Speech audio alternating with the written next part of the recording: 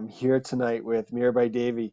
She's going to be in town for a few months actually, but she's only got 2 dates on the calendar right now for Roots to Wings Yoga and Healing coming up on Friday, May 30th and Sunday, June 1st. And she graciously offered to get online and do a little video with us to give folks an idea of what we're going to be doing and how much fun it's going to be. But the public event on Friday, May 30th, is going to be an evening of light transmission, dances of universal peace, guided visualization, and kirtan with our friends Tamal and Shakti. We have a couple of Mirabai's dear friends and my friends also, Tamal and Shakti, who have just moved to California. This is one of the last events that they're going to be doing ever in New England before they move to California. And they're bringing music with them and dances of universal peace. And I cannot recommend highly enough to come and check out the Dances of Universal Peace. I did Dances of Universal Peace with Tamal and Shakti and their teachers at Blessfest in Amherst a number of years ago, and it was one of the most profound. I still feel the vibrations of love that I experienced during that event. It's just a tremendous, tremendous way to spend time in community with people. You just can't help but be swept up in the feeling of love. Mirabai, what would you say about doing the Dances of Universal Peace? Like, how do you think of it? Yeah, there is a lot of eye contact and a lot of sharing heart to heart with everybody in the circle. There's time for one-to-one, and then there's time for group and community where you connect with each person. And so the connection is from the soul level, and the radiance of the love that's transmitted between each person is beautiful. And Shakti does such an amazing job of leading it. And of course, I've been doing Dances of Universal Peace since I was 22 and 21 years old, for most of my whole adult life. So I love the Dances of Universal Peace. I'm so thrilled that Shakti and Tamal could join us to do this.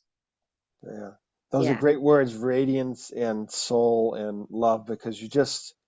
it's just, I felt like I was being pulled in love to all of the other people that were there. I mean, it was such a beautiful thing. There were probably 150 people that were doing it. All the musicians that were there were doing it, and it was just this. It profoundly impacted the entire weekend's events. The feeling that people were talking about it all weekend. So on that's just one of the things we're going to be doing that night.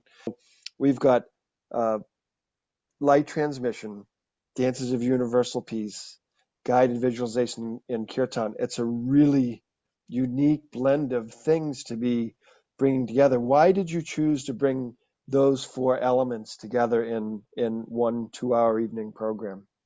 Yeah, well, first of all, Mike, thank you for asking me that. I just wanted to mention that kirtan is very different than the dances of universal peace. Kirtan pairs beautifully with light transmission because light transmission can happen during a kirtan.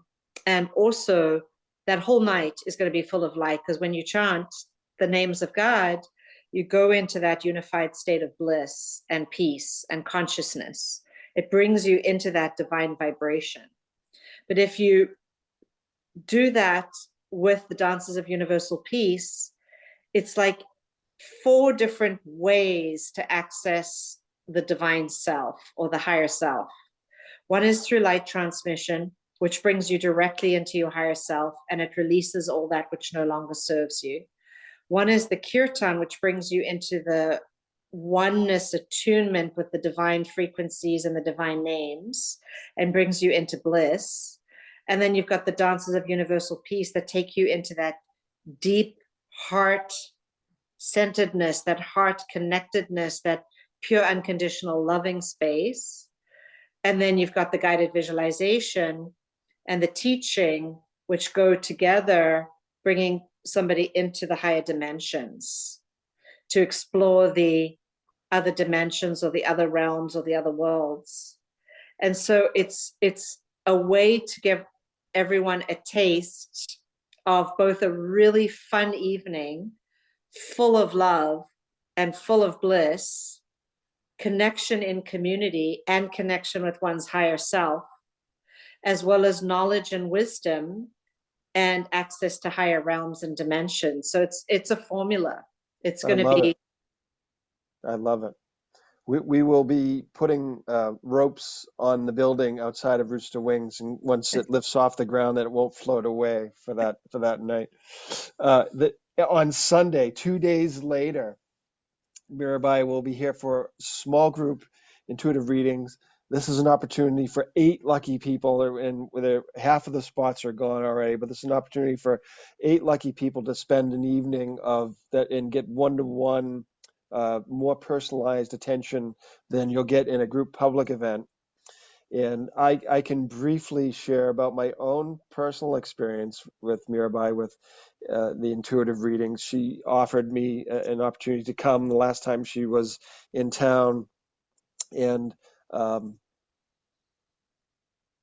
the way that I would describe it is she sort of, and these are my words, but feel free to correct me, but she sort of reads my system and what my system is saying, um, energetically, karmically, and through maybe even the threads that continue through my lives. And in some instances, we can get stuck somewhere along the way. And the fact that I'm still here in a physical body, I must be stuck somewhere. And what Mirabai it does in these personal intuitive readings is help us bring awareness to those areas where we're stuck, brought awareness to an area where I was stuck that I didn't know that I had this little area in my heart center where I had a wound, and she did work to help move the energy associated with that wound for me. And I felt something. It wasn't like a dramatic thing, like I was having an operation, but I actually was having sort of spiritual surgery, I guess you might say.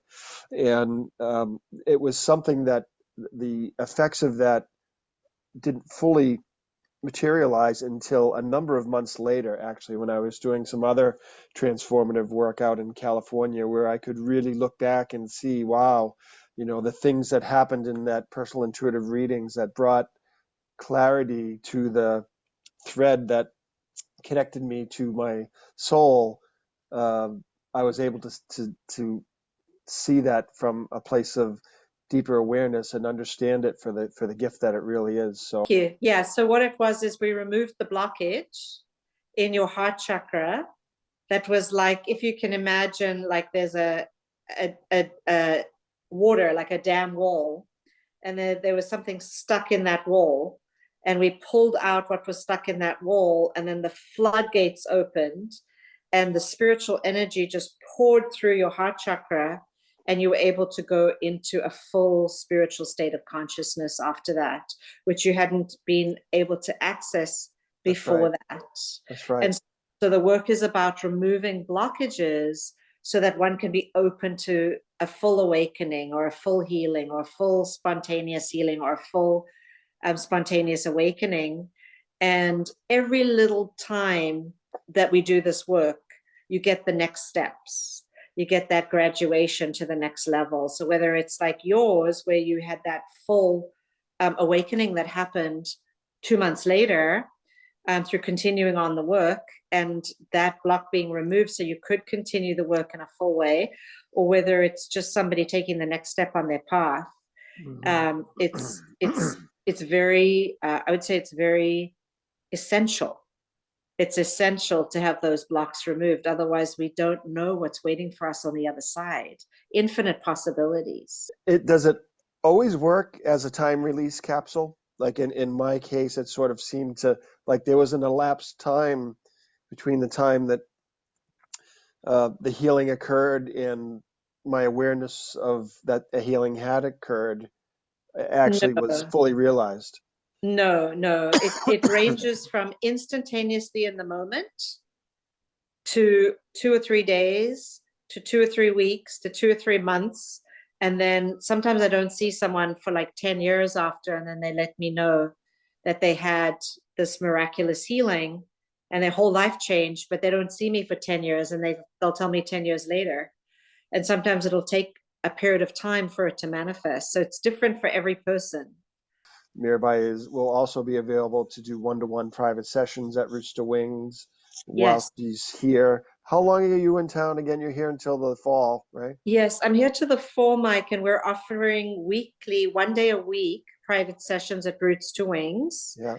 Going through June, July, August, and part of September. Yeah. So come get a taste of the love at the public event.